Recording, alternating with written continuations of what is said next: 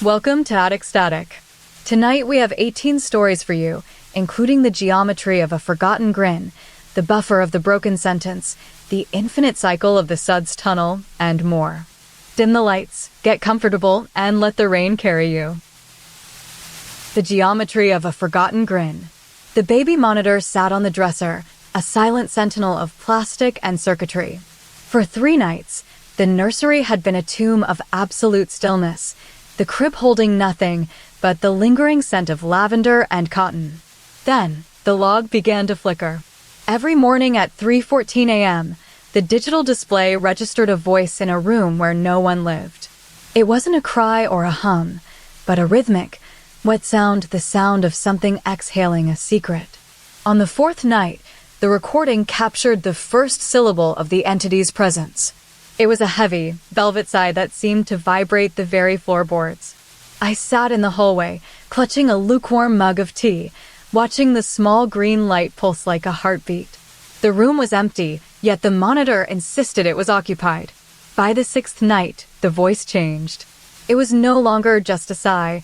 It was a low, melodic trill that sounded like a flute played underwater. It moved across the room, traveling from the far corner to the center of the crib, as if something were walking on invisible feet. Then, the movement became deliberate. The entity began to speak in fragments of a language I couldn't quite decode, a series of vowels that felt like they were being shaped by a mouth that didn't have enough room for the teeth. I finally gathered the courage to open the door, my breath hitching in my throat. The moonlight spilled across the nursery floor, illuminating the dust motes dancing in the air. At first, I saw nothing but the empty crib. But as my eyes adjusted, I noticed the shadows shifting. The entity wasn't a ghost of a person, but a ghost of a memory, a construct built from every tiny detail I had misremembered about my mother's face. It was the curve of a chin that was slightly too sharp, the way her left eyebrow sat a millimeter higher than the right, and the specific, peculiar way her hair parted near her temple. It was a creature of almost and nearly. It stood near the window, a towering shape that felt solid yet translucent. Its face was a masterpiece of inaccuracy. It had my mother's nose, but the tip was a fraction too rounded. It had her eyes, but the pupils were slightly oval instead of perfectly circular. It moved with a jerky, stop-motion grace, its body composed of these corrected memories. It didn't walk so much as it drifted, as if it were trying to settle into a shape it hadn't quite mastered yet. I watched it approach the crib, its movements fluid and intentional. It reached out with a hand that had my mother's thumb, but 3 extra joints in the wrist. It hovered over the empty space where I used to sleep. Then, it did the thing that made my blood run cold. It opened its mouth to speak, and the entity revealed its crowning glory, the smile. It wasn't my mother's natural smile, the one she wore when she was happy or proud. It was the smile she had learned only after the accident, the one that stretched just a bit too wide, pulling the corners of the mouth toward the ears until the skin crinkled in a way that felt almost painful. It was a learned expression, a conscious effort to convey joy when the muscles had been rearranged by trauma. The entity mirrored this smile perfectly. Its face rippled, the almost features vibrating as it held that wide, learned grin. It leaned down, its face inches from the pillow, and whispered a single word in a voice that sounded like cracking porcelain. Almost, it breathed. I realized then that it wasn't just a memory of her, it was the sum of every mistake I had made in remembering her. It was the ghost of my own imperfect perception. I stepped forward, my hand trembling, and reached out to touch its cheek.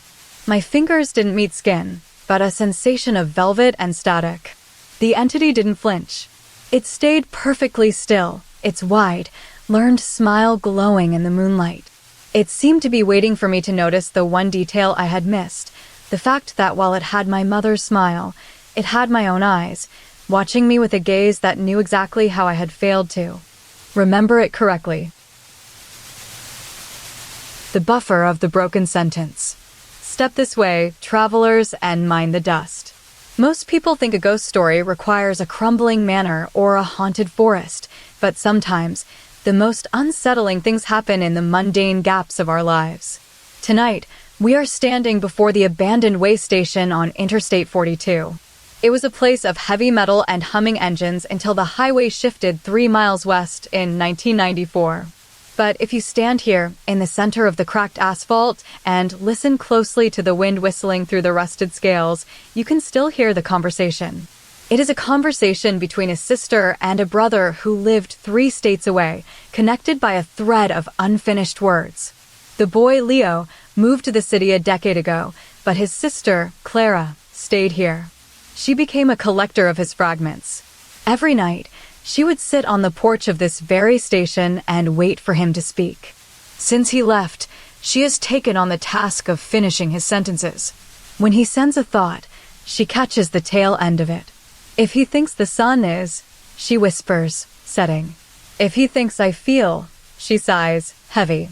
But here, at the way station, the silence is thicker. It is because the boy is no longer just thinking, he is transmitting. And something is catching the signal before it reaches Clara. Look toward the old loading bay where the heavy iron door hangs crooked. There, in the center of the shadows, is the buffer. It is not a ghost in the traditional sense. It is a creature of transition, a coiled entity that lives in the space between the thought and the word. It looks like a massive, multi-jointed serpent made of hammered copper and velvet. It has no face, only a series of overlapping scales that ripple like water. It has 3 heavy, bulbous heads, each one covered in soft, iridescent fur. The most striking thing about the buffer is its motion.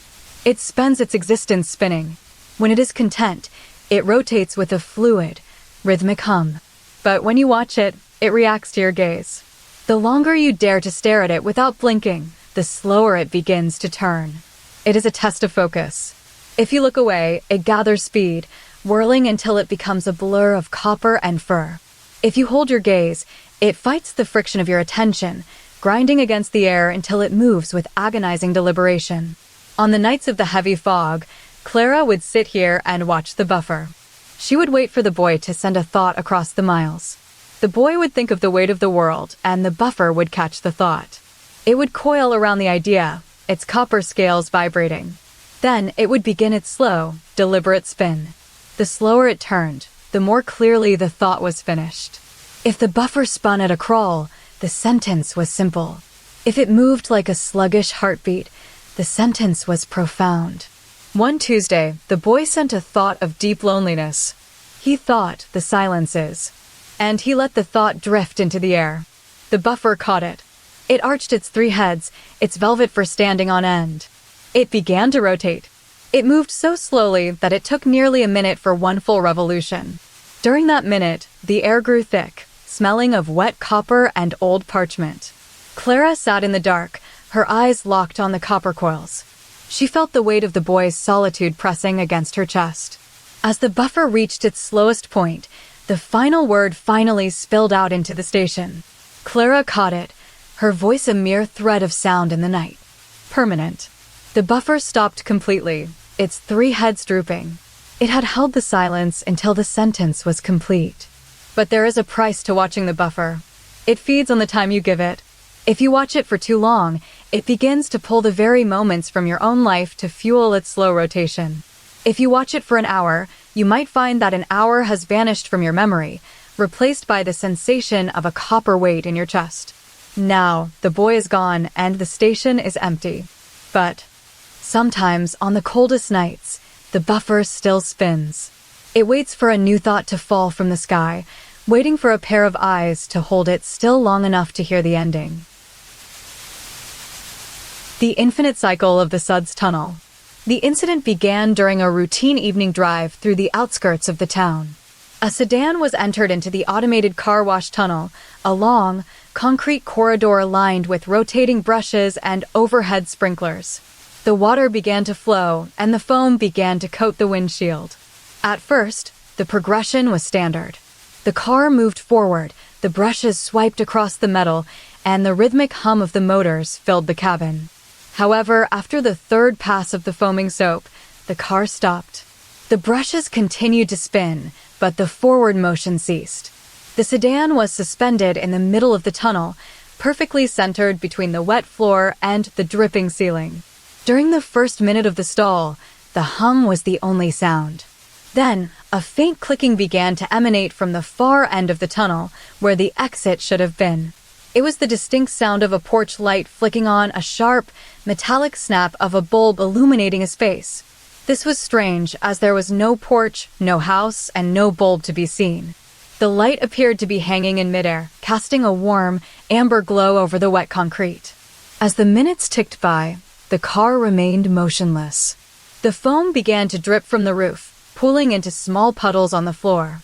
It was then that the first footprint appeared in the mud of the tunnel floor. It was not a solid object, but rather a localized patch of intense cold. The air in that specific spot seemed to crystallize, turning the water into a shimmering, frosted depression. It looked as though a heavy boot had been pressed into the ground, but the boot itself was invisible.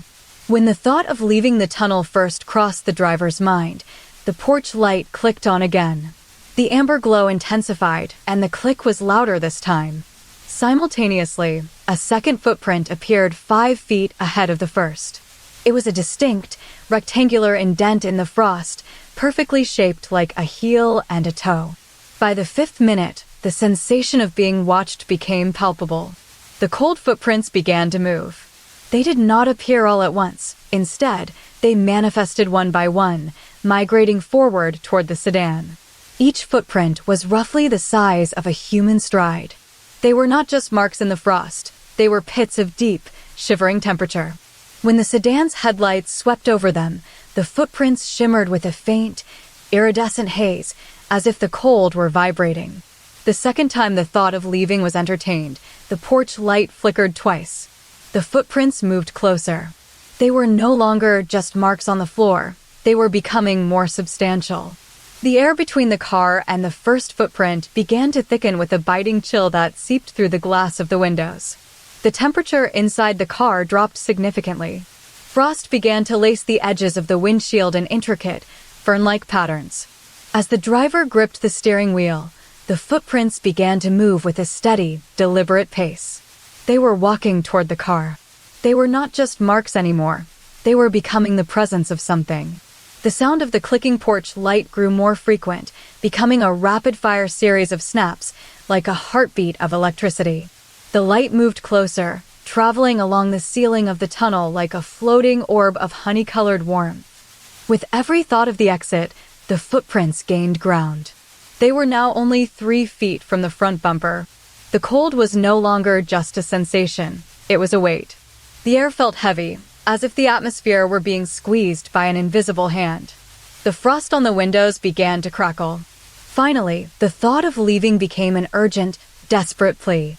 The porch light gave one final, deafening click and settled directly above the hood of the car. The footprints arrived at the bumper. They didn't just stop, they merged into a single, massive pool of freezing air that pressed against the front of the sedan. The car groaned under the pressure of the cold. The motion of the car finally resumed. The sedan lurched forward, breaking the tension of the frost. It slid through the remaining water and out into the open air of the parking lot. The sound of the brushes faded, and the hum of the motors died. The car rolled to a stop under the moonlight. The porch light vanished instantly, leaving the tunnel in darkness. The car was dry, the foam was gone, and the interior was warm again. However, when the driver looked at the rearview mirror, the frost on the back window had not melted completely. In the center of the glass, a single, perfectly shaped footprint of ice remained, and it was slowly, silently expanding toward the edges. The occupant of the empty space. I posted this photo of the irrigation canal at dusk because I wanted to capture the way the water looks like liquid mercury, but I didn't mention why I stopped walking there. My father used to tell me that the best way to know if a house is full is to count the souls inside. For years, I lived in a farmhouse nestled between miles of towering corn, a place where the wind hummed a low, constant note against the stalks. Every night before bed, I would close my eyes and count us: mother, father, sister, and myself. 4. Always 4. But one Tuesday, while the rain was drumming against the roof, I sat up in the dark and counted again. Mother, father, sister, me, and a presence. There were 5. I looked around the room, but the chair was empty and the rug was undisturbed. It wasn't a ghost, I thought at first. It was just a lingering feeling, a weight in the air. The next night, the count was 5. I felt a slight pressure on the edge of my mattress, a subtle indentation as if someone had just leaned against it, yet there was no body to see. By the 3rd night, I started to notice the physical evidence. I would see a footprint in the dust of the hallway that didn't belong to my feet. I would find a chair pulled out slightly, as if someone had just risen from it. The count was consistently 5, but the house felt like it was being shared by a guest who refused to reveal their face. I began to fear the number 5. I started to wonder what happened when one of us left the room. If I walked into the kitchen, I would feel the sensation of a companion, but when I turned to look, there was only the hum of the refrigerator. The entity was a master of the gap. It didn't have a body of its own in the traditional sense. It was a living silhouette, a physical manifestation of the space a human body leaves behind when it moves. It was shaped like a person who had just stood up and walked away, capturing the perfect curve of a shoulder and the slight tilt of a head, but rendered in a texture like frosted glass. It was translucent, catching the dim candlelight like a ripple in a pond. One evening, I decided to test it. I sat in the living room and counted out loud. 1, 2, 3, 4, 5. I closed my eyes and felt it. It was standing right in front of me. It wasn't a solid shape, but a perfect outline of a tall man leaning forward. I could see the furniture through its body, but the furniture looked slightly blurred where the entity occupied the space. I reached out my hand to touch it. My fingers didn't hit a solid surface. They felt like they were dipping into lukewarm water. It felt like touching a memory of a person. I finally gathered the courage to speak. "Who are you?" I whispered. The house went silent. The wind in the corn stopped. Then, the entity moved. It didn't walk. It simply shifted its position, a ripple of movement through the air. It moved from the center of the room to the spot where my father usually sat. I realized then that it wasn't just following me. It was filling the holes we left behind. It was the sum of every movement we made. That night, I woke up to a heavy sensation in the room. I counted again. 1, 2, 3, 4, 5. Then, I felt a sudden, sharp tug. The entity was no longer just a silhouette. It was mimicking my own shape. As I lay there, I felt the sensation of a second set of lungs breathing in perfect synchronization with mine. It was standing directly over me, its frosted body mirroring my every twitch. I realized that the reason it was always there was because it was waiting for me to stop moving. The moment I became still, it would become solid. I lay there, paralyzed, terrified to move a muscle, because I knew that if I did, it would move with me, becoming a permanent twin of my every action. I finally fell into a deep sleep, and for the first time in weeks, the count was perfect. In the morning, I sat up and looked at the space where it had been. It was gone. I walked to the kitchen and counted the people in the house. Mother, father, sister, me. 4. I sighed with relief, thinking it had finally vanished into the corn. But then I looked at the floor. In the dust, there was a single, perfect set of footprints leading from the bed to the door, perfectly matching the stride of a person who hadn't moved an inch. The guest in the shed. I stand before you today to deliver the final testament of my late uncle Elias. He was a man of few words, but he left behind a house that seemed to breathe. Most of us occupied the main wing, but Elias spent his final years in the backyard shed. It was a sturdy structure of cedar and iron, converted into a spare bedroom. He called it the observation room. I am reading this now because, as the executor, I am the one who had to unlock the door on the final morning. I wish I hadn't. I wish I had just left it closed. For years, Elias lived in that shed, and for years, he felt the universe pause to watch him. He would often describe a sensation of the world holding its breath, a moment where the wind stopped, the insects fell silent, and the very air seemed to thicken as if the cosmos were leaning in to see what he would do next. He spent his life waiting for that pause, but as he grew older, he began to notice that something was watching him back. He kept a journal of these moments, noting how a falling acorn would hover in midair for a heartbeat, or how a bird would freeze with one wing extended, all as if the world were waiting for his permission to continue. When he died, We expected the shed to be a sanctuary of solitude. We didn't expect the guest. On the night of his passing, I entered the shed to find his second bed made up perfectly in the corner. Beside it sat a figure. It was not a ghost, not in the traditional sense. It was a house guest who was me in every physical detail, yet fundamentally different. It had my height, my unruly chestnut hair, and the same small scar on my chin from a childhood fall. It had my hands, the same slight curve of my nose, and the same way of sitting with my knees pulled slightly toward my chest. It was my twin, my double, my own physical vessel replicated in wood and shadow. But there was one memory swapped out. While I remember my first heartbreak as a sharp, stinging ache of loneliness, this entity remembered it as a burst of overwhelming, ecstatic joy. It didn't just look like me. It lived with my history, but it felt my past through a different lens. When I first saw it, it didn't move. It simply sat there, watching me with those heavy-lidded eyes that possessed a peculiar amber hue, like trapped resin. I felt the universe pause. The dust motes in the air stopped dancing. The ticking of the grandfather clock in the main house died. In that silence, the entity reached out a hand that was mine, but moved with a grace I didn't possess. It touched my shoulder, and the sensation was like a cold hum vibrating through my skin. "You are late," it whispered, its voice a perfect chime of my own tone, yet layered with a strange, melodic resonance. I felt a jolt of electricity run down my spine. It wasn't just a replica.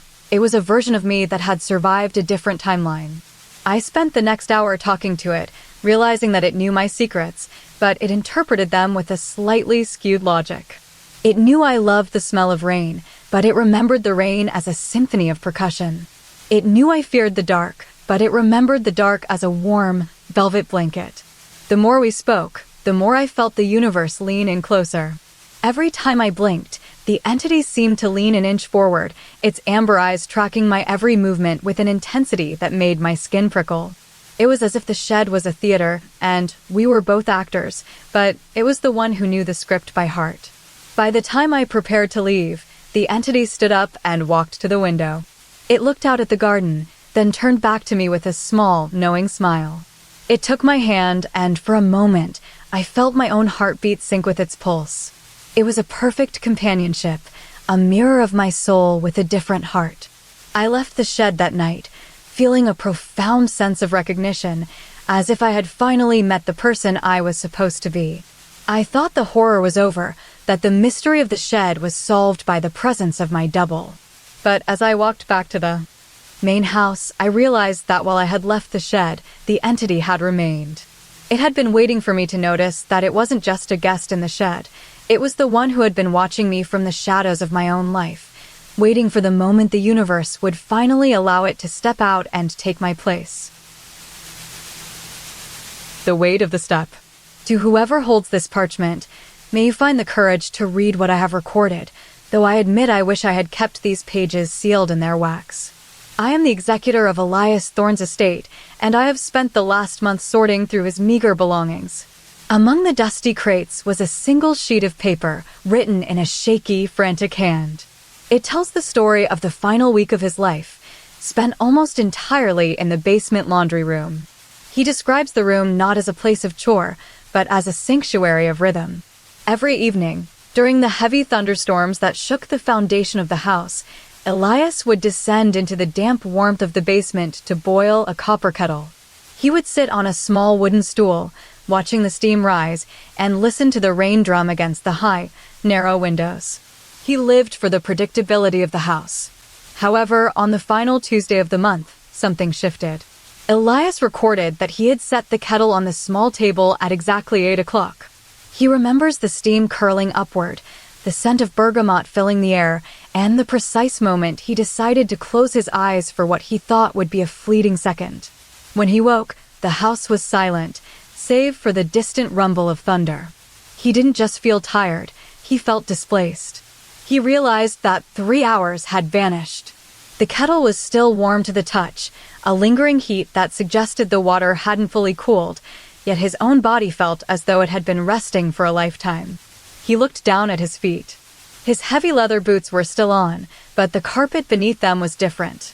He noticed a series of indentations in the thick wool, deep, rhythmic pressure marks that didn't match his own movements.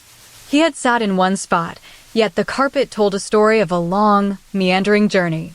He realized that while he slept, something had been walking. It wasn't just moving, it was studying.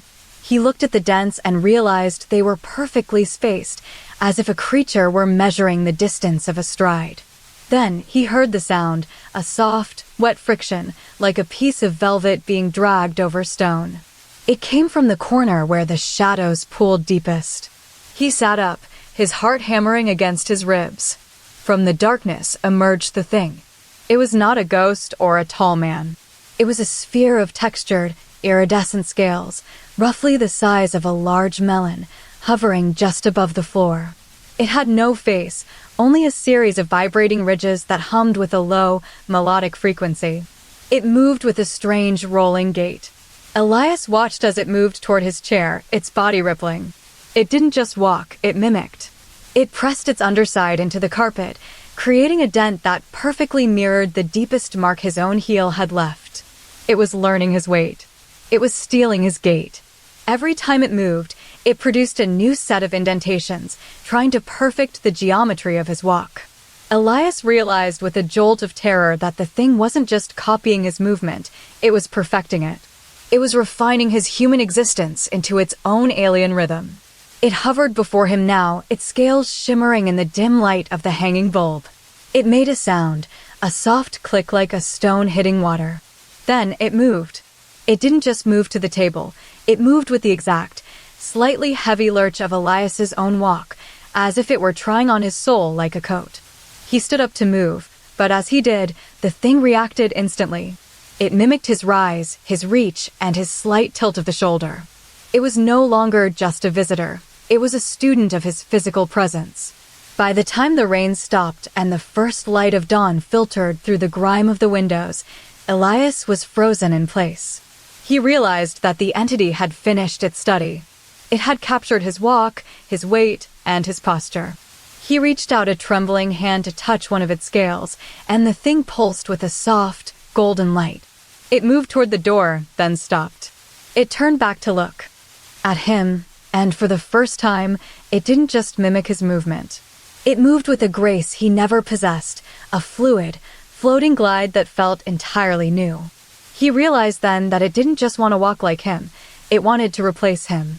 It took one final, perfect step forward, the exact step Elias would have taken to reach the kettle, and then it began to pull the very ground beneath his feet into its own shadow. He looked down at the carpet one last time.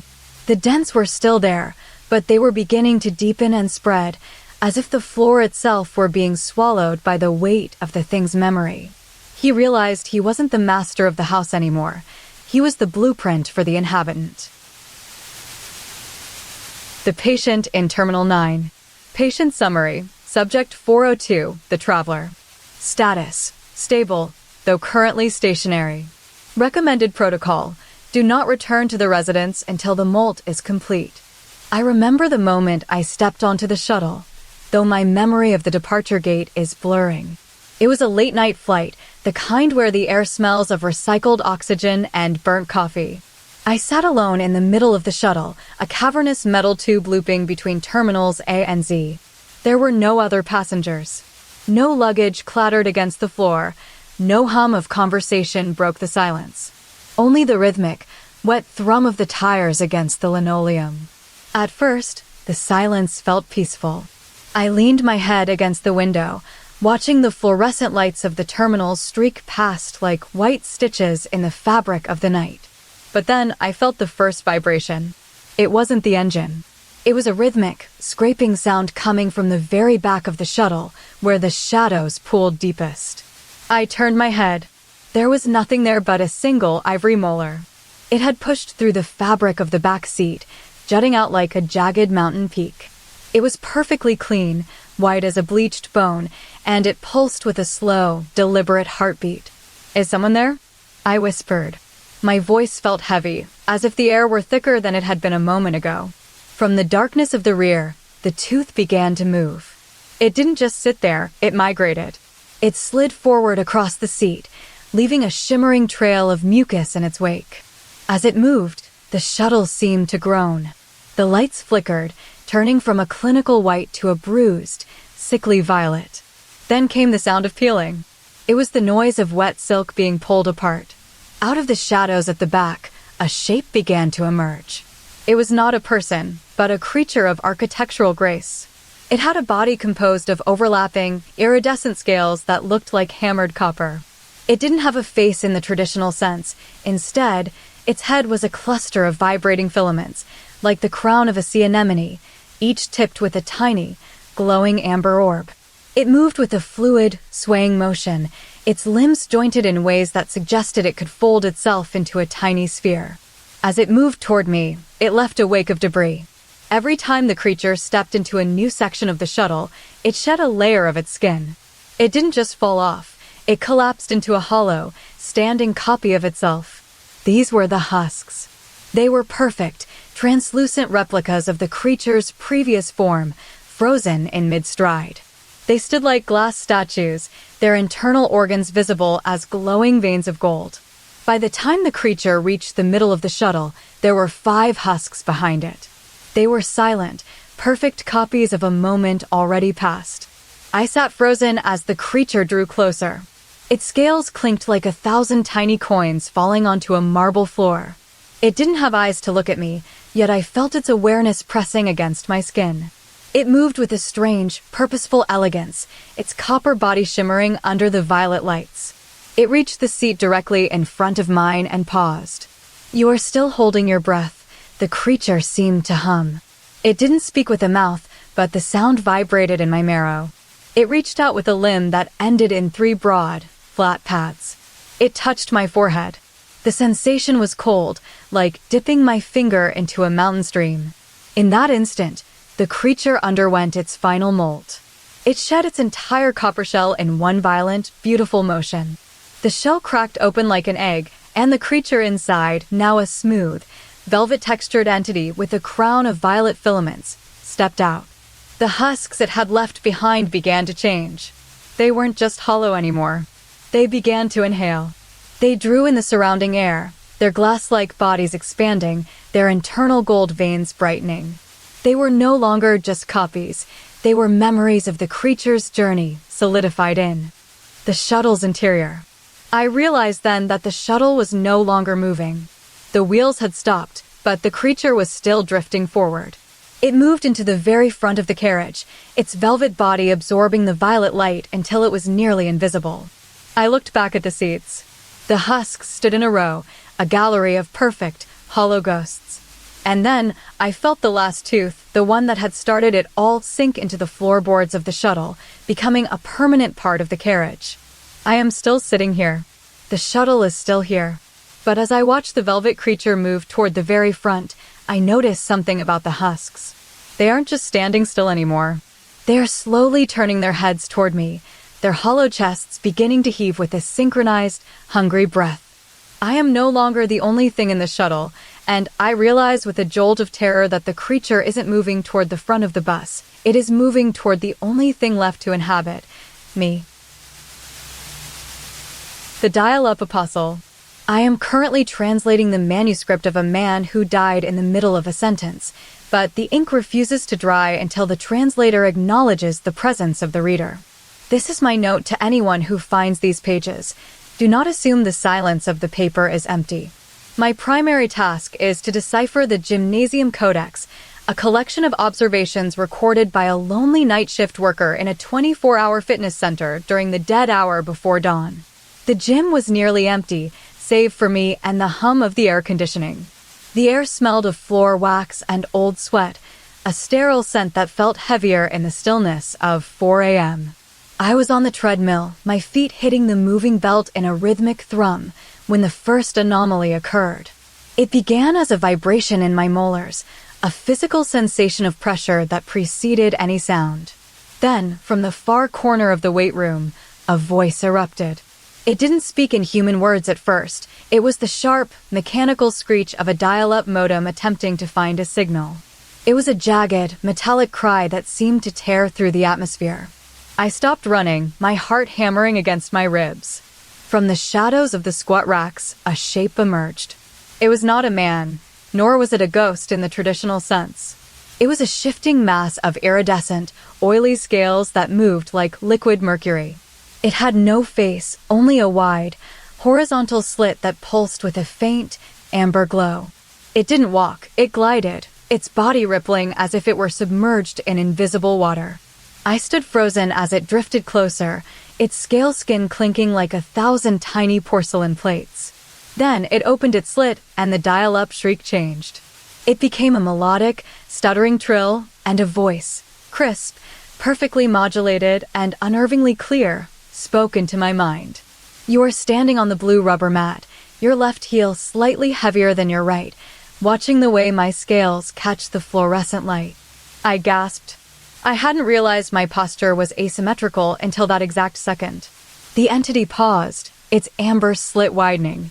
You are wondering if I am a solid object, yet you fear that I might be a projection of your own exhaustion. It was narrating my internal monologue as I thought it. I took a step back, my sneakers squeaking on the floor. You are retreating because the silence of the gym feels heavier than the noise of the world. The entity moved with a sudden, fluid grace, closing the distance between us. It didn't have limbs, but it seemed to fold itself into a taller, more upright posture. Its body hummed with a low-frequency vibration that made the nearby dumbbells rattle. You are noticing that my voice sounds like a recording of a recording, yet you feel the warmth of my proximity. The narrator was relentless. It described the way my breath hitched, the way my hands trembled, and the specific shade of blue in my workout shirt. It wasn't just observing, it was synchronizing. It was a dial-up connection seeking a steady handshake with my consciousness. Every time it spoke, the gym seemed to grow quieter, as if the walls were absorbing the ambient noise to give the entity more room to breathe. It moved into my personal space, its oily scales brushing against my arm. They felt like cool, wet silk. You are reaching out with your right hand to touch my flank, unsure if your skin will sink into me or push against me. I did exactly that. My fingers sank into the shimmering mass as if it were heavy velvet. The entity let out a final, triumphant burst of dial-up static, a rapid-fire series of chirps and whistles that echoed off the ceiling. You are realizing that I am not just narrating your actions, I am anticipating your reactions until the gap between us vanishes. The air suddenly felt thick, like water. The gym lights flickered once and then settled into a steady, unwavering glow. The entity stood before me, its amber slit glowing brighter than ever. It leaned in, its scale-covered body expanding until it nearly enveloped my torso. It spoke one last time. Its voice no longer a narration, but a direct command. You are finally ready to let me move into the space where your thoughts used to be. I felt a strange, pulling sensation in my chest, as if my soul were being dragged toward its center. The entity didn't move, but I felt it settle into my periphery, a constant, humming weight. I realized then that the narration wasn't over. It had simply changed perspective. As I turned to walk toward the exit, the entity spoke in a whisper that didn't come from its mouth, but from inside my own skull. You are walking toward the door, but you are leaving the narrator behind to watch you go. I reached for the handle, but as I pulled it open, the voice spoke again, perfectly timed with my movement. You are wondering if I will still be there when you are alone. I stepped out into the hallway, but the hum stayed in my ears. I looked back one last time. The entity was still there, sitting in the center of the gym, its scales perfectly still. It spoke the final word of the manuscript, a word that wasn't narrated, but felt. You are still being watched, even when you close your eyes. The commuter's confession. The highway had been a ribbon of cracked asphalt cutting through a forest of skeletal trees, and I was alone until the rain began to hammer against my windshield. I pulled into the rest stop restroom simply because the neon sign flickered like a dying pulse. It was an old stone structure, tucked away in a bend where the road seemed to forget itself. I didn't expect anyone to be there, but as I pushed the heavy oak door open, a soft hum of electricity greeted me. The interior was lit by a single, amber bulb hanging from a frayed cord. In the center of the room stood a person. They were tall, wearing a coat of deep velvet the color of a bruised plum. They weren't looking at me, but rather at the wall. I froze, my own breath hitching in the damp air. "You're late," the figure said. Their voice was like velvet rubbing against sandpaper. I blinked, surprised by the suddenness of the speech. Late for what? I asked. The figure turned. They had a face that seemed sculpted from smooth clay, with high cheekbones and a wide, unblinking mouth. Their hair was a thick nest of copper wires, glowing faintly under the amber light. For the reunion. We've waited a long time for you to recognize us. I took a step back, the tile floor cold beneath my shoes. Who are you? We are the ones who walked the same dirt, the entity replied, stepping closer. Its movement was fluid, almost liquid. We grew up side by side.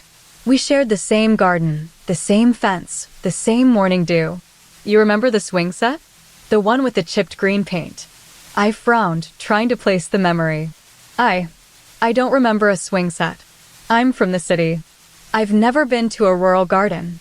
The entity laughed, a low vibration that seemed to rattle the jars on the nearby sink. That is because you were asleep. You were the one who fell into the deep slumber, and we were the ones who stayed awake, watching you grow. I felt a prickle of unease. What do you mean? We grew up together? How is that possible if I don't remember you? The entity leaned in. Its skin had a texture like pebbled leather, and its ears were small, pointed tufts of fur. Every time you blinked, we moved. Every time you closed your eyes to sleep, we paced the room. We were your constant companions, the shadows in your periphery, the silent witnesses to your every breath. You just never saw us because you were too busy being the dreamer. I looked around the room, searching for a shadow, a ghost, or a trick of the light. So, where were you while I was living my life? Right here, the entity whispered.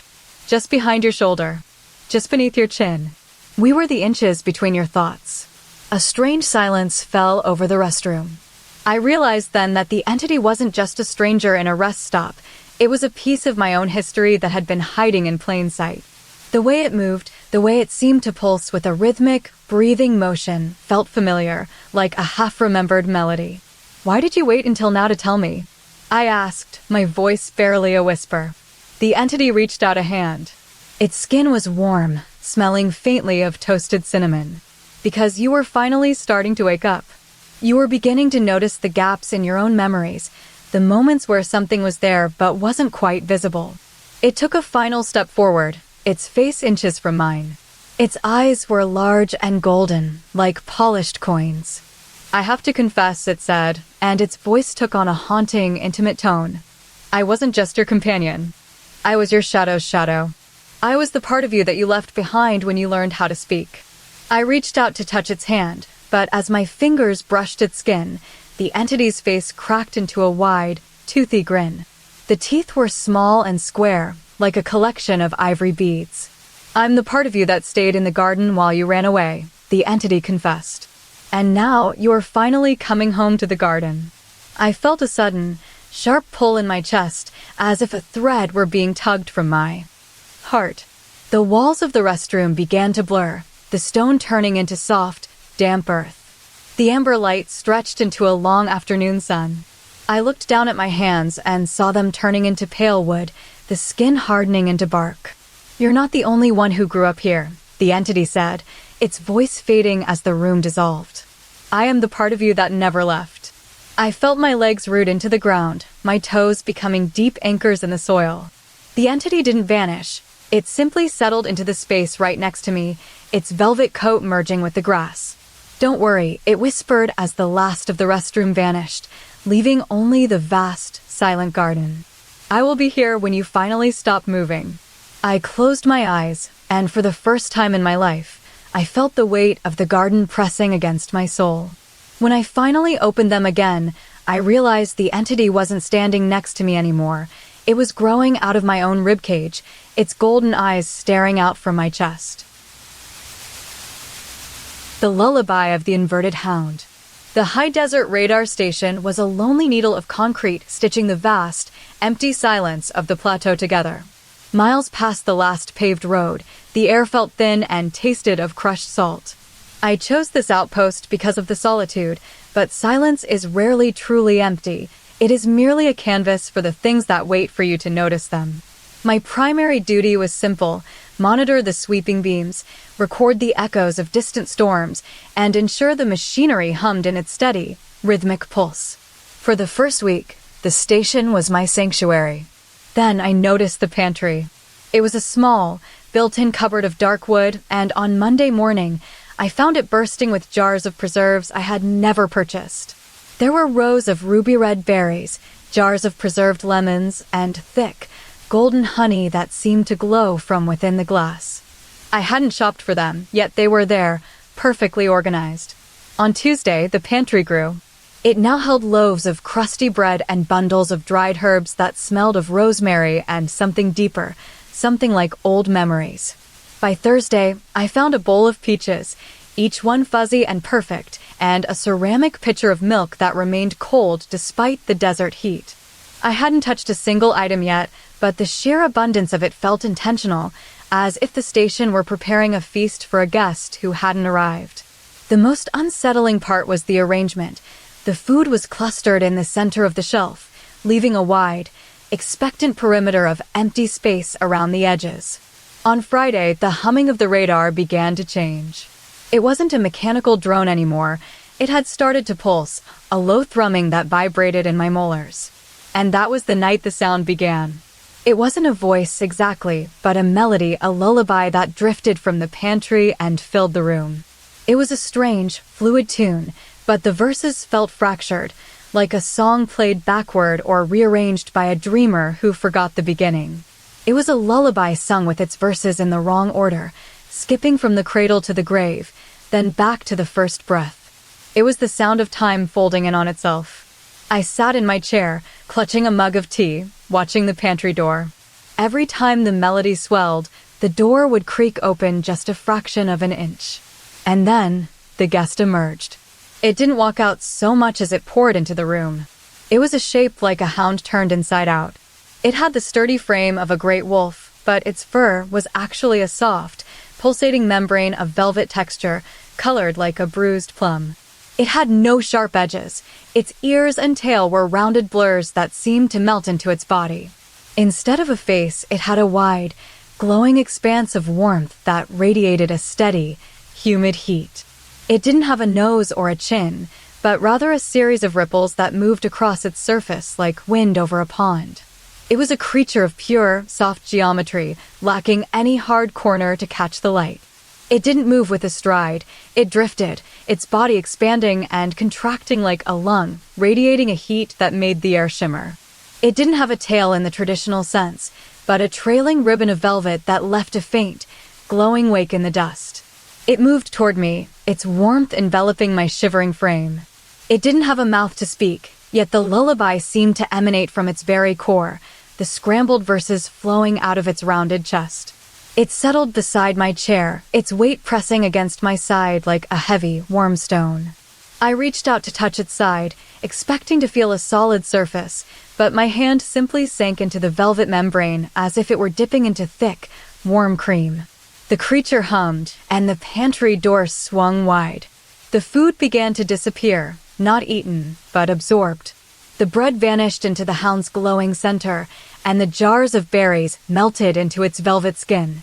The lullaby reached its final, rearranged verse, the part that usually comes at the end, but here it arrived in the middle of the song. The hound turned its entire body toward me, its warmth intensifying until I felt as though I were being submerged in a bath of heated silk. It pressed its soft, rounded face against my palm, and for a moment, the radar station was no longer a place of desert wind and metal. It was a nest. The hound let out one final, vibrating pulse of heat, and then it simply folded into itself, collapsing into a small, dense sphere of velvet. The food was gone. The lullaby stopped. The silence returned, heavier than before. I sat in the dark, my hand still tingling from the warmth of the creature. I looked at the pantry, now completely empty, and then at the small sphere of velvet resting on the floor. It wasn't a pet, and it wasn't a ghost. It was a collector. It had eaten the food, it had sung the song, and now it sat waiting. I realized then that the hound hadn't just appeared to be fed, it had appeared to find a vessel. I felt a faint, pulsing warmth beginning to spread from my chest outward to my limbs, my own skin beginning to soften at the edges. The hound was no longer just a guest, it was a blueprint, and I was the clay. The guest in the closet. Step this way, travelers. Please, keep your voices to a hushed murmur as we move into the East Wing. Most people think the tragedy of the Thorn estate began with the death of the master of the house, but the local lore suggests something far more intimate. For years, the family believed they were the only ones grieving. They held the wake, they poured the wine, and they wept in the foyer. But they never accounted for the mourner. The mourner is a guest who attended the funeral of every soul in the house, yet no one ever saw them standing in the crowd. It is a presence that feels less like a memory and more like a physical weight in the room. If you want to find where it hides, look to the master bedroom. Behind the heavy oak wardrobe sits a small, wooden hatch in the floorboards, a crawl space that hasn't been opened in a century. When I first moved into this rental, I thought the creaks in the floor were just the house settling. I was wrong. It was the mourner, shifting its weight beneath the wood. The first night, the smell hit me before the sound did. It wasn't the scent of dust or old paper. It was the unmistakable, overwhelming aroma of crushed lavender and burnt honey, a scent so domestic it felt like a hug from a grandmother who lived 1,000 miles away. Then, I heard the rhythmic scraping. It sounded like a heavy velvet curtain being dragged across stone. I knelt by the closet and pulled the hatch open. The crawl space was narrow, barely wide enough for a person to lie flat, yet something was moving inside. It didn't just sit there, it unfolded. Out crawled the entity.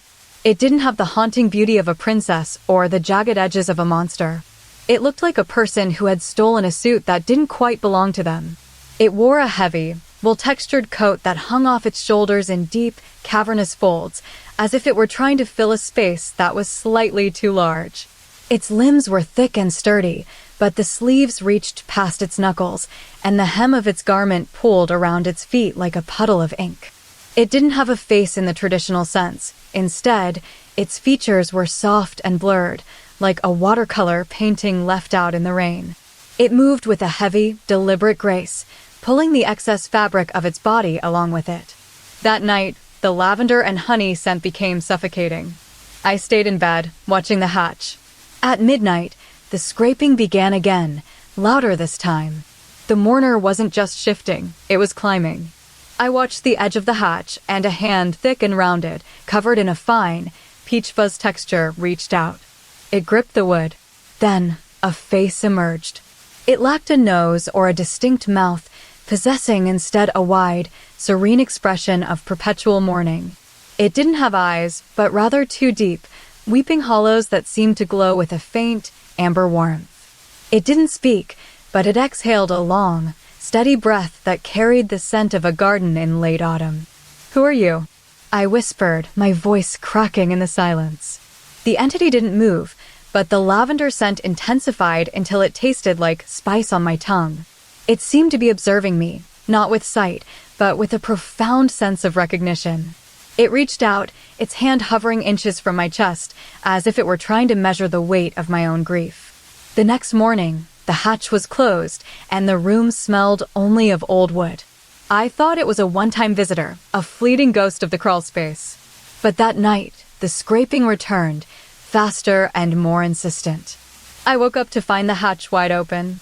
The mourner was halfway out, its oversized coat billowing like a wing. It wasn't just watching me anymore, it was mimicking me. It held its hand to its chest in the exact same way I did when I was startled. It seemed to be learning the rhythm of my breathing, the cadence of my pulse. By the third night, the smell of honey was replaced by the sharp, metallic tang of ozone. The entity moved with more confidence, sliding out of the crawl space and onto the rug. It stood up, its loose clothes swaying. It was a masterpiece of borrowed proportions, a body that was trying to inhabit a shape it hadn't quite mastered. It reached out and touched the corner of my pillow, its thick hand leaving a faint, damp smudge. It was no longer a hidden guest, it was a resident. I realized then that the mourner didn't just attend the funerals of the dead. It lived in the spaces where the living felt the most empty. It was waiting for my own end, preparing to take its place in the house of memories. That night, as I drifted into a heavy sleep, I felt the weight of the oversized coat brush against my side. I felt the entity lean in, its blurred face hovering just above mine. It took a deep breath of my scent, then exhaled a cloud of lavender into my hair. It didn't leave. It stayed there, a permanent fixture of the room, perfectly still. When I finally opened my eyes in the gray light of dawn, the mourner was gone from the floor, but it was no longer in the crawl space. It was sitting in my chair, its oversized sleeves hanging down to the floor, waiting for me to sit down so it could finally take my turn. The customs of the self. To whom it may concern, I am writing this because the silence in the customs holding room is never actually silent. It is heavy, filled with the weight of 1,000 suitcases and the ghosts of travelers who never quite made it home. I am sitting on a wooden bench, my legs aching, waiting for the stamp that says I am allowed to exist in the next territory. I first noticed the static at 2 a.m. It wasn't a sound at all, but a texture in the air. It felt like the hum of a radio tuned between stations, a grainy vibration that prickled the hair on my arms. It started as a low buzz, but as I sat there, the static began to crystallize. It sharpened into voices, not voices from the hallway, but voices from the static itself. They were overlapping, a dozen strangers speaking at once, their tones hushed as if they were trying not to wake the ceiling. "He is heavier than the last one voice whispered. "His shadow has a jagged edge," another replied. "Is he ready to be traded?" I looked around the room. It was empty. There were no other travelers, no guards, just the fluorescent light flickering overhead.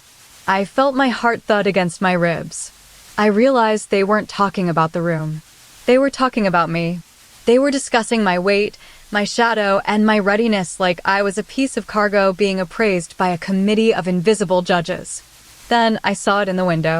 The glass wasn't a window to the outside. It was a window to a parallel version of the room. And there, standing opposite me, was my reflection. It didn't just mirror my movements, it anticipated them. When I sat, it was already half-seated. When I blinked, it lingered for a fraction of a second longer than I did. But as I watched, the reflection began to change. It wasn't just a copy. It stood a full inch taller than my actual body, its torso elongated slightly like a pulled piece of taffy. It didn't have my soft hair. Its hair was arranged in perfect, rigid spikes that seemed to vibrate with the static. The reflection leaned forward. It didn't just move its head. Its entire upper body lunged toward the glass with an eagerness that felt almost predatory. It had a peculiar way of pressing its chest against the surface, its shoulders hunching up as if it were trying to squeeze through the barrier into my world. "Is it leaning again?" a voice from the static hissed. I held my breath. My reflection mimicked the hold, but it added a slight, rhythmic twitch to its right shoulder, a movement I wasn't making. It was getting more eager. It was hungry for my space. I stood up to walk toward the door, but my reflection didn't just follow. It moved first, its feet hitting the ground a beat before mine. It reached out a hand, not a thin hand, but one with a wide, flat palm and a thumb that was slightly shorter than mine, and pressed it against the glass. It looked like it wanted to grab my throat. I realized then that the voices were getting louder. The static was no longer a hum. It was a roar of overlapping opinions. The tall one is impatient, the voices chorused. It wants the skin. It wants the breath. I took a step back, but the reflection took two. It was moving faster now, its height increasing by another inch. It began to stretch its neck, the skin pulling taut over its collarbone until it looked like a taut string. It wasn't just a mirror image anymore. It was a hunter waiting for the perfect moment to swap places. I reached out and touched the glass. My fingertip met its fingertip. It felt cold, but not like glass. It felt like damp silk. The reflection grinned. It didn't have my exact teeth. Its ones were slightly more pointed, like a row of polished pebbles. It leaned in so close that its nose almost touched mine through the pane. The static reached a fever pitch, a screaming cacophony of 100 strangers, all shouting at once. "Take it," they cried. In one fluid motion, the reflection lunged. It didn't just lean, it pushed. For a second, our faces were pressed together, the glass acting as a thin membrane. Between two worlds. I felt a tug on my chest, a physical pull that felt like my skin was being stretched toward the glass. Then a sudden, violent pop, like a bubble bursting. The room went silent. The static vanished instantly. I was still standing there, but I felt lighter. My body felt slightly more compact, as if a bit of my volume had been stolen. I looked at the glass. The reflection was no longer a reflection. It was standing in the room with me, occupying my space. It stood a little taller than I did now, its shoulders hunched in that same eager, predatory way. It took a step forward and smoothed out the wrinkles in its own clothes, my clothes. It looked at me with those pebble-like teeth and a gaze that felt like a victory. It didn't move, but I could feel it watching me from the center of the room. I realized then that I was the one now standing against the glass, looking out into the room. I looked at my own hands, now trapped in the silver world. I saw the entity, my former self, take a deep breath of the room's air and smile. It reached out and touched the glass, and I felt its warmth through the surface, knowing that it was now the one who would be walking out into the hallway, while I was left to watch it from the other side. The transcription of the unspoken frame. Translator's note: the following passage is a transcription of the diary entries left behind in the wreckage of Flat 4B, salvaged during the Great London Blackout. I have attempted to render the original dialect into English, though I must apologize for the final 3 pages. The original text becomes increasingly erratic, moving from linear description into a rhythmic, pulsing sequence of verbs that refuse to be translated into any known tongue. It is a language of pure sensation, much like the sensation of a thumb tracing a scar. I am writing this by the light of a single, dying candle, huddled in the corner of the living room. The bomb took the ceiling, leaving the roof a jagged skeleton of timber and brick, but it left the walls standing. The blackout is total now. The city outside is a void, a heavy velvet weight pressing against the window panes. It is strange how the silence of a dead city feels louder than the roar of the explosion that broke it. I found the camera yesterday, tucked beneath a pile of pulverized plaster. It was a heavy, silver-cased home video recorder, miraculously uncracked. When I wound the film and sat in the armchair, the flickering projection illuminated the dust motes dancing in the air. For the first few minutes, it was mundane. It showed my mother's kitchen, a bowl of fruit on the table, and the way the light hit the floorboards. But then, the subject entered the frame. It was a figure standing by the pantry. At first, I thought it was a person I had forgotten, a guest, perhaps. But as it moved, my heart stuttered. It was wearing my face. Not a face that resembled mine, but my exact face, captured in a state of perpetual, slight melancholy. It had my nose, my jawline, the tiny mole just above the left eyebrow. Yet, the expression was wrong. It wasn't the face of a person thinking, it was the face of a mask being worn by something that didn't quite understand how to breathe. As I watched, the figure began to move toward the camera. This is where the translation becomes difficult, for the movement was not human. It did not walk. It did not run. It slid through the air with a liquid, predatory grace, transitioning into positions that should have been impossible for a skeleton of bone and meat to sustain. It folded its torso into a soft, accordion-like curve, then elongated its limbs until it looked like a ribbon of silk fluttering in a breeze. It moved with a sliding motion, as if it were gliding over a surface of invisible oil. "Who are you?" I whispered into the dark of the flat. In the film, the figure stopped. It didn't turn its head. Instead, it expanded. Its ribcage widened like a blooming flower, and its arms curved inward until they touched its chin. It moved into a soft position, a bend that felt like a sigh made visible. It was a posture of deep, heavy leaning, as if it were resting against a mountain that wasn't there. I felt a draft. In the blackout, every sound is magnified. I heard a soft, wet slide against the floorboards behind me. I turned my head slowly. In the corner of the room, where the shadows were thickest, the figure from the film was standing. It was no longer a projection on the wall. It was physical. It was taller than me, its body a series of interconnected curves. It moved toward me, sliding its chest forward while its hips stayed perfectly still, a transition so smooth it looked like a ripple in a pond. It didn't have eyes, at least, not in the way we do. It had 2 smooth, polished spheres of amber, and it didn't blink.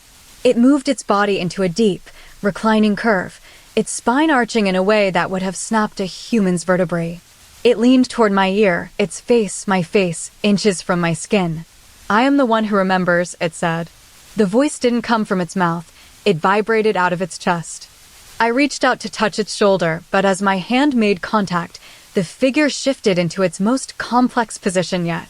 It folded its body into a tight, spiraling knot, then unfurled like a fern leaf, its limbs stretching out until they almost touched the walls. It was a posture of perfect, impossible equilibrium. Then, the figure did something that made the candle flame flicker and die. It leaned forward, and its face, my face, opened. Not a mouth opening, but the entire surface of the cheeks and forehead split into a wide, smooth seam. It reached out a hand with my thumb, my knuckles, my skin, and pressed it against my own cheek. I am tired of wearing your skin, it murmured. The figure then performed one final movement. It slid its entire body into a horizontal, wave-like curve, its spine undulating like a serpent in water, and then it simply collapsed inward, becoming a soft, rounded mound of flesh. It stayed there for a moment, a heap of my own features. Then, it began to pull my face toward itself, stretching the skin of my cheeks until they became thin as parchment. It didn't just take my face, it began to pull the rest of me into the fold. When I looked up, the figure was gone. I was still sitting in the chair, but my face felt heavy, slightly oversized, as if it were a coat that was a size too large. I looked down at my hands and saw them beginning to slide, the skin smoothing out into a liquid state. I realized then that the figure hadn't been a visitor. It was a replacement. It had been waiting for the right moment to slide into the vacancy of my existence. I sat in the silence of the blackout, feeling my own bones begin to soften and curve into that impossible, accordion-like bend. I felt my jaw begin to slide toward my chest, and I realized with a jolt of terror that my own face was starting to look slightly different. It was becoming a little too wide, a little too perfect, as if it were waiting for something else to finally step inside. The Apprentice of the Dispatch Room. Subject: 402 B. Location: Depot 9. Status: redacted. I was the only soul in the dispatch room at 3:14 a.m. The air smelled of burnt diesel and old upholstery, a heavy, stagnant scent that seemed to cling to the back of my throat. My job was simple: watch the clocks, track the arrivals, and ensure the sleepers didn't wander too far into the dark. The floor was covered in a thick, industrial carpet, the kind that absorbs sound but retains every speck of dust. It was a quiet, rhythmic existence until the first wet print appeared. It started as a single mark on the far left wall, near the heavy iron doors. It wasn't a footprint of a human, but a smudge of dampness, perfectly oval and slightly jagged at the edges. I assumed it was a leak from the ceiling, but when I looked up, the rafters were bone dry. Then another print appeared in the center of the room. It didn't fall from the ceiling, it simply materialized, as if something had stepped onto the carpet and then vanished into the air. I sat perfectly still, my pen hovering over the clipboard. Then came the third. It appeared closer to my desk. And the fourth, even closer. They were appearing in a sequence, marching toward my chair. They weren't random. They were spaced with mathematical precision, each one a perfect replica of the other. Each mark was glistening, a deep navy blue hue, smelling faintly of crushed violets and wet earth. I could hear the hum of the fluorescent lights, but other than that, the room was deathly silent. Then, the prints began to change. Instead of just appearing, they started to travel. A new print would manifest at the far end of the room, and then, with a soft, wet suction sound, asterisk thwip asterisk, it would slide forward an inch, as if something were pulling it. I found myself holding my breath, my heart hammering against my ribs. I was certain that if I moved, the rhythm would break. "Who is there?" I whispered. No answer. Only the hum of the lights. I watched as a new print appeared, but this time it didn't just move forward. It branched. 2 marks appeared next to the lead one, then 4, then 8. They were mimicking my own movement. I had subconsciously leaned slightly to the right, and the prints on the carpet shifted accordingly, as if the invisible entity were adjusting its posture to match mine. I began to realize that the entity wasn't just walking, it was rehearsing. It was practicing my gait, my posture, and my very existence. Every time I blinked, the prints would multiply, filling the carpet with a sprawling, wet map of my own movements. It was as if the beast was studying the way I sat, the way I held my pen, the way my shoulders slumped with fatigue. The prints grew larger. They weren't just marks anymore. They were becoming deep impressions. The carpet began to bulge upward, as if a heavy weight were pressing down on the invisible body. The smell of violets intensified, becoming almost overwhelming. Then, the prints started to move faster. They were no longer sliding. They were leaping. They covered the distance from the wall to my desk in a sudden, fluid motion. The thwip-thwip-thwip of the wet marks echoed like a rapid heartbeat. I felt a sudden change in the temperature. A pocket of cool air swirled around my head, and the scent of wet earth became sharp. I realized the entity was no longer just practicing from a distance. It was closing the gap. The prints were now so close that the wetness began to seep into the hem of my trousers. I saw a ripple in the air just above the floor. It wasn't a solid shape, but a distortion like heat haze over a summer road. It was the beast. It had a velvet-textured hide, colored the same deep navy as its prints, and it possessed a row of soft, rounded protrusions along its spine that looked like smooth river stones. It had no face in the traditional sense, only a wide, undulating seam that opened and closed. It moved with a strange, liquid grace, its body folding and unfolding as it mimicked my seated position. It was trying to find the perfect curve of my spine, the perfect tilt of my chin. It moved so slowly that I could see the microscopic vibrations of its skin. I reached out a trembling hand, my fingers hovering just inches above the floor. I wanted to touch it to see if it was solid. "Are you finished?" I asked, my voice barely a thread of sound. The beast paused. The ripples in the air stilled. The prints stopped moving. For a moment, the only sound was my own breathing. Then, the entity surged forward. It didn't just move. It collapsed into my space. It didn't replace me, but it overlapped me. It moved into my lap, its velvet hide pressing against my chest, its riverstone spine arching over my shoulders. It was perfectly mimicking my slumped posture, its own body becoming a second skin over my own. I felt the weight of it, not heavy, but substantial, like a thick, damp blanket of velvet. It settled into my frame, its wide seam opening slightly. I took a deep breath, and as I did, the entity exhaled. It wasn't a breath of air, but a soft, rhythmic pulse of moisture that coated my face. I sat there, frozen, feeling the beast perfectly inhabit my shape. It had mastered my walk, my sit, and my stillness. It had become my shadow in 3 dimensions. I looked down at my hands, but where my fingers should have been, there were 2 navy blue, velvet-covered protrusions pressing against the clipboard. The beast hadn't just rehearsed my walk, it had decided to take it over. I realized then that the wet prints on the floor weren't just a trail of where it had been. They were a countdown of where it was going. I closed my eyes, and for a second, I felt my own consciousness begin to recede, drifting into the back of its mind like a ghost entering a new house. I opened my eyes and saw the beast's wide seam stretch across my own face, preparing to speak my next word. The doorway guest. "Sit down, Leo. Hold my hand. We aren't going to stay in the car for long, but you need to listen because the rules of the department store are absolute. Most people think an abandoned building is just a skeleton of wood and glass, but this place, the old Grandview Mall, is a living thing. It is waiting for something to walk through its halls. When we step inside tomorrow, remember the first rule. The jingle is your heartbeat. It starts far away, a tiny chime of ice cream music that sounds like a lullaby played on a cracked porcelain piano. It means the creature is awake. But the second rule, the one my father taught me, is the most important. The creature is not always there. It only exists when it decides to inhabit a doorway. It doesn't have a body of its own until it borrows a shape. It waits in the threshold, mimicking the frame of the wood and iron, until it is ready to step down into our world. When you hear the music get closer, don't look at the floor. Look at the frames. Because when the jingle reaches your ears, the creature will step out. It won't be a shadow or a ghost. It will be a creature of textured velvet and brass. It has a body made of heavy, deep blue fabric that ripples like water, and its face is a smooth, faceless disc of polished copper. It doesn't have a mouth, but it hums the melody.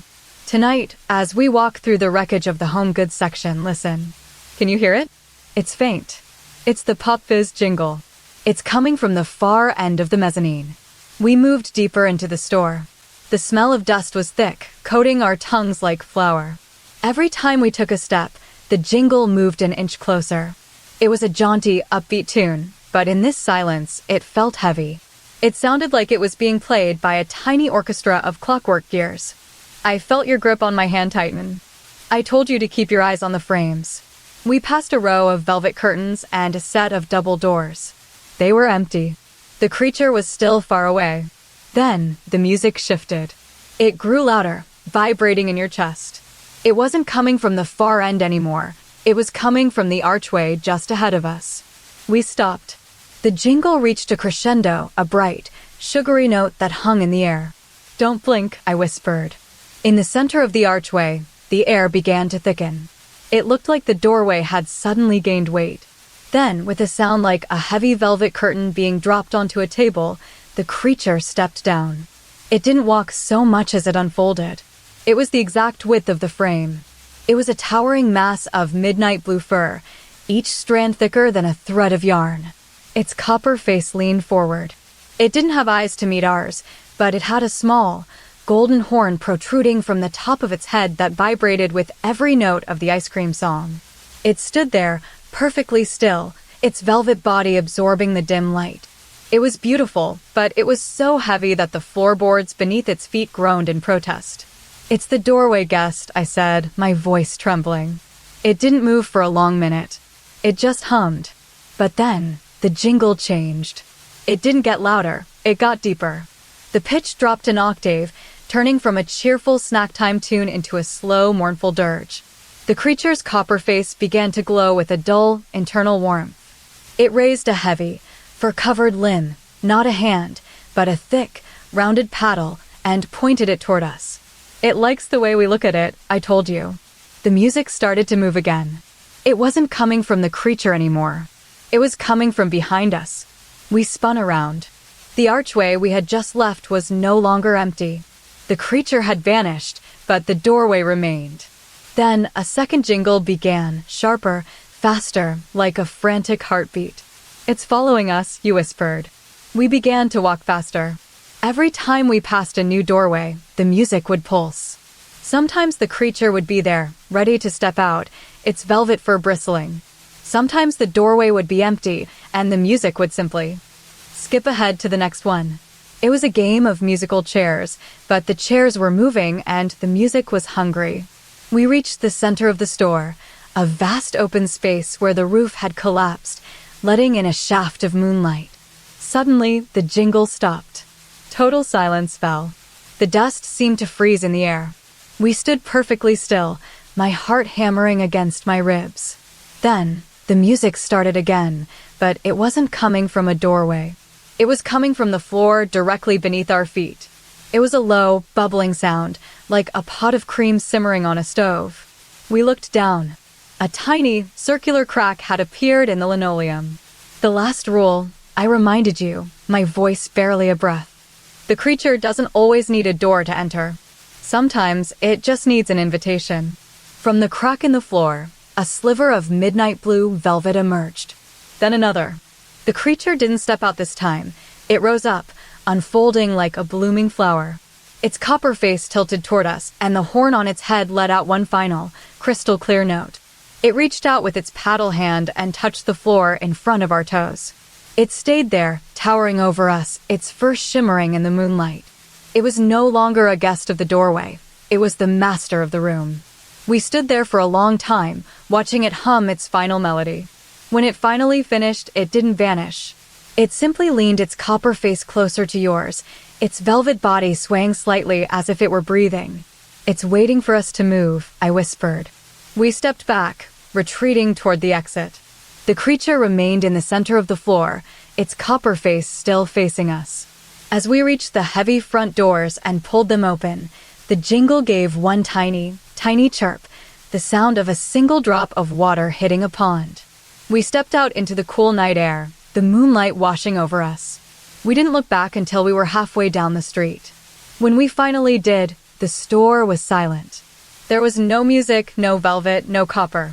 But in the very center of the room, right where the crack had been, a single piece of midnight blue fur lay on the floor, still vibrating with the ghost of a melody.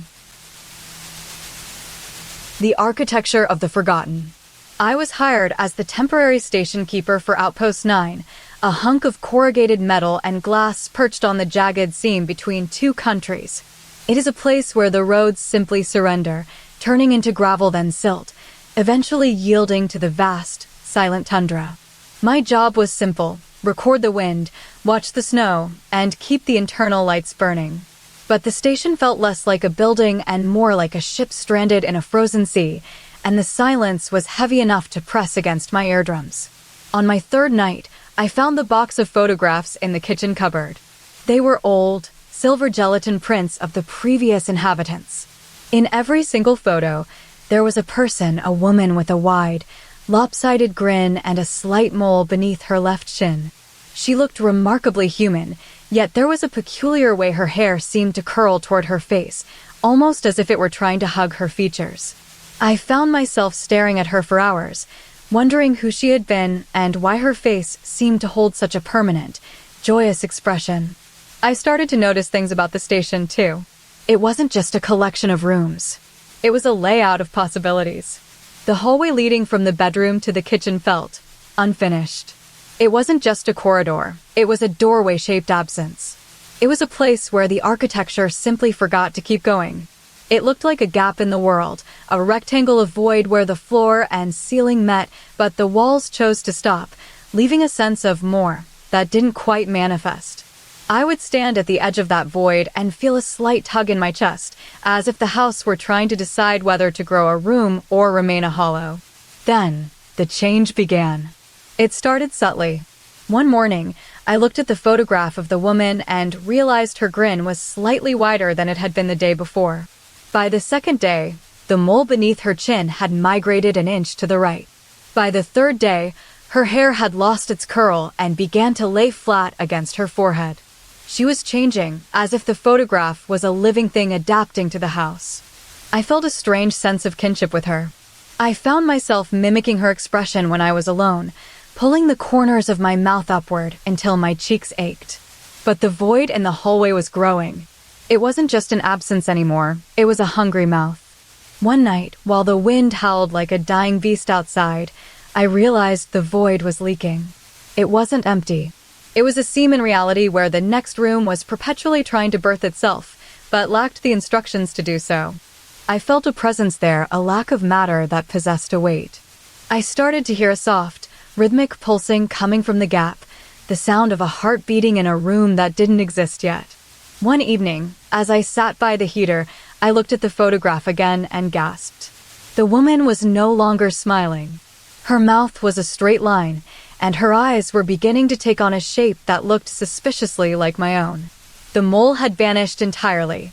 I realized with a jolt of electricity that her face wasn't just changing, it was migrating.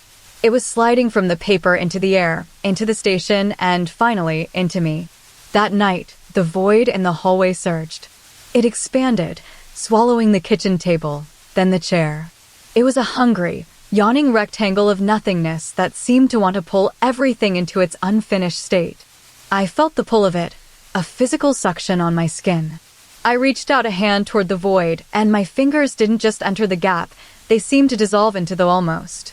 I could feel the texture of the room that should have been there, a room of velvet and echoes that never quite solidified. I looked back at the photograph one last time before the final shift. The woman's face was gone. The paper was blank, save for a faint, lingering smudge of silver. I felt my own jaw ache as my mouth pulled into a wide, lopsided grin. My hair began to curl toward my face.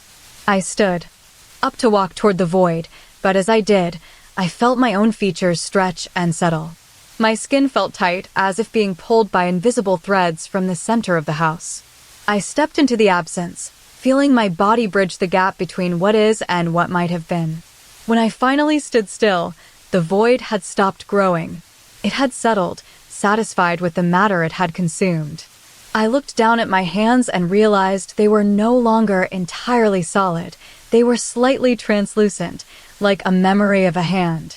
I looked back at the station, which now felt perfectly complete, but when I looked into the space where the doorway used to be, I saw what was left behind.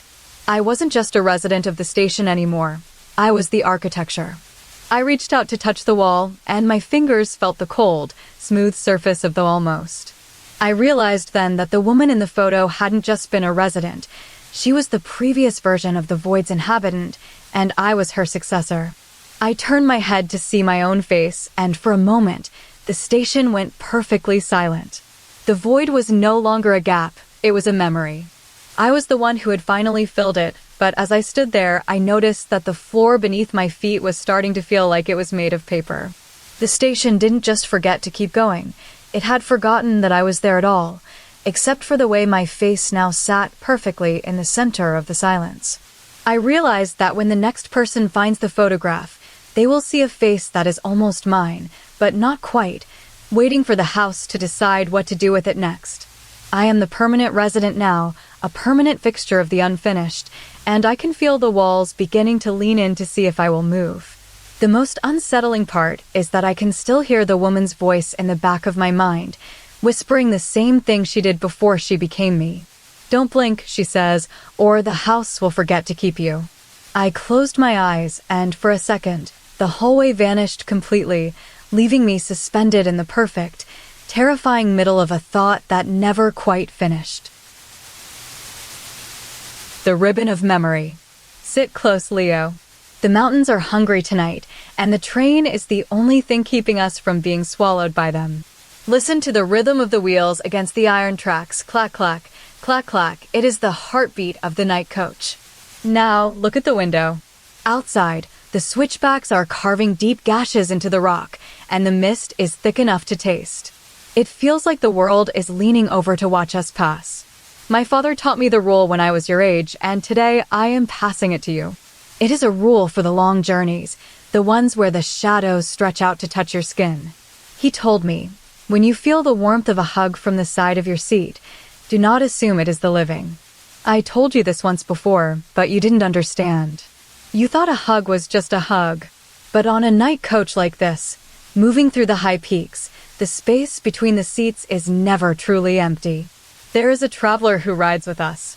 It is not a ghost in the way people usually think. It is a shape made of unspooled cassette tape. It doesn't have a face in the traditional sense. It is a shimmering, tangled mass of magnetic ribbon, looping and twisting in the air like a nest of copper-colored worms. It hums with a low, vibrating frequency, and it moves with a fluid, ribbon-like grace, flowing through the air as if it were swimming through water. When it moves, it whispers. It doesn't speak in a human voice, but it repeats every sound it has ever captured. It echoes the laughter of a child from 30 years ago, the crash of a falling vase, the sigh of a weary traveler, and the sharp crack of a winter branch. It is a reservoir of every noise ever pressed into its thin, plastic body. We were halfway up the northern ridge when the train lurched. The carriage swayed, and the mist outside turned a bruised shade of purple. That was when I felt it. A sudden, familiar pressure against my ribs. It felt like a pair of arms wrapping around my shoulders, pulling me inward. It was a perfect hug, firm, steady, and radiating a faint, rhythmic warmth. My heart leaped. For a second, I thought it was you, reaching over to hold me. But you were staring at your own hands. I felt the tape. I felt the texture of it, smooth, slightly tacky, and cool to the touch. It wrapped around my chest like a coil of silk. And then, the whispering began. It wasn't just random noise anymore. It was specific. It was the sound of my mother humming while she hung the laundry. It was the precise, sharp intake of breath I made when I fell off my bicycle as a boy. "It is here," I whispered to you, my voice trembling. The tape began to unravel further, spilling out from its central mass. It draped over the back of the seat, weaving between us. It started to hum a melody I hadn't heard in a decade, the song my father used to whistle while he worked in the garden. The ribbon pulsed with a soft, amber light, and the whispers became a chorus of my own memories, played back in a dizzying, overlapping loop. It was hugging me the way my mother used to hug me when I was small enough to fit between her knees. It was mimicking her exact pressure, her exact lean, her exact way of pulling me into her heart. But then the tape shifted. It moved from my side to yours. It flowed over your small shoulders, the magnetic ribbon settling into the curve of your neck. You didn't flinch. You sat perfectly still as the ribbon tightened. The whispers changed. They became the sounds of your first year, the gurgle of your first bath, the first time you shouted your name, the sound of your first tooth falling out. It was hugging you the way your grandmother used to, her arms smelling of flour and old books. Don't let go, I told you, though my own breath felt heavy in my chest. The train entered a long, steep tunnel. The light from the windows vanished, leaving us in a velvety blackness. In the dark, the tape began to glow brighter. It wasn't just hugging us now, it was expanding. It began to weave itself into the very fabric of the carriage, the ribbons stretching out to touch the ceiling, the floor, and the walls. It was a tangled web of captured moments, a physical map of everything we had ever heard. Then, the whispers reached a crescendo. They weren't just memories anymore. They were becoming present. I heard the train's whistle, but I also heard the sound of a door slamming in a house that had been torn down years ago. I heard the roar of a stadium crowd from a game I had watched when I was 5. The tape was vibrating so fast that the air around us began to shimmer. It was trying to hold every sound at once, a beautiful, chaotic symphony of time. The train emerged from the tunnel, bursting into the moonlight. The tape suddenly went still. It didn't fall to the floor. It stayed perfectly suspended in the air, cradling both of us, holding us in its magnetic embrace. The whispering died down to a single, steady note, the sound of a single heartbeat, steady and slow. I looked at you, and you were smiling, your eyes closed, feeling the ghost of 100 different loves holding you tight. I reached out and touched a stray loop of the tape hanging near my face. It was vibrating slightly, a tiny tremor of energy. "It is finished," I said, my voice barely a breath. But as the train leveled out on the high plateau, the tape did something it hadn't done before. It began to shrink, pulling back toward its center, drawing us both into its core. As it tightened, the whispers returned, but they were different now. They weren't my memories, and they weren't yours. They were new. I heard a sound I didn't recognize, the sound of a heavy door opening in a room that didn't exist yet. I heard a gasp of surprise from a person who hadn't been born. And then I heard the sound of my own voice, from a second in the future, saying your name with a note of profound, lingering sadness. The tape gave one final, firm squeeze, then settled into a perfect circle around our heads. The mountain was silent, the train was steady, and the hug was complete. But as the light faded from the ribbon, I realized that while it was hugging us, it was also recording us, and the very last sound it captured was the sound of our own heartbeats skipping in unison, followed by a long, hollow silence that seemed to belong to the very next moment. The Anticipatory Shadow. The rain doesn't fall here so much as it hangs, a heavy, silver curtain muffling the world until the only sound is the rhythmic pulse of water hitting the rusted iron roof of the platform. I sat on the wooden bench, my own breath forming tiny clouds of mist in the damp air. It was a lonely stretch of track, miles from the nearest village, where the trains only passed once every 3 hours. I had come here to find silence, but the silence was thick, almost tactile, pressing against my eardrums. In my lap, the small plastic baby monitor hummed with a faint static. It was a strange relic I'd brought from home, mostly out of habit. Though my daughter was miles away, the monitor captured a peculiar frequency in this rural void. From the small speaker, a melody began to drift, a lullaby, soft and swaying, as if a mother were rocking a cradle in an empty room. It wasn't a memory, it was live. The notes were crystalline, weaving through the steady drip of the rain. I closed my eyes, letting the tune pull me deeper into a trance, unaware that something was watching from the puddle-slicked tiles of the platform. At first, I didn't notice it. Then, I saw the movement in the puddle directly in front of my boots. It was a ripple, not caused by a falling drop of rain. It was a deliberate, circular expansion of water. I blinked, and the ripple smoothed out. I shifted my weight to the left, and just as my hip began to tilt, the ripple in the water shifted to the left a heartbeat before my body actually moved. I froze. I looked down at the puddle, then at my own reflection. The reflection was perfect, except for the timing. When I blinked, the reflection had already opened its eyes. When I exhaled, the reflection had already finished its breath. It was as if the water version of myself was living a fraction of a second into my future. I sat up straighter, and the reflection sat up a heartbeat before I did. It wasn't just a mirror image, it was a precursor. I felt a prickle of unease climb my spine. I reached out a hand to touch the surface of the water. Before my fingertips could break the surface, the reflection's hand was already submerged, the ripples radiating outward.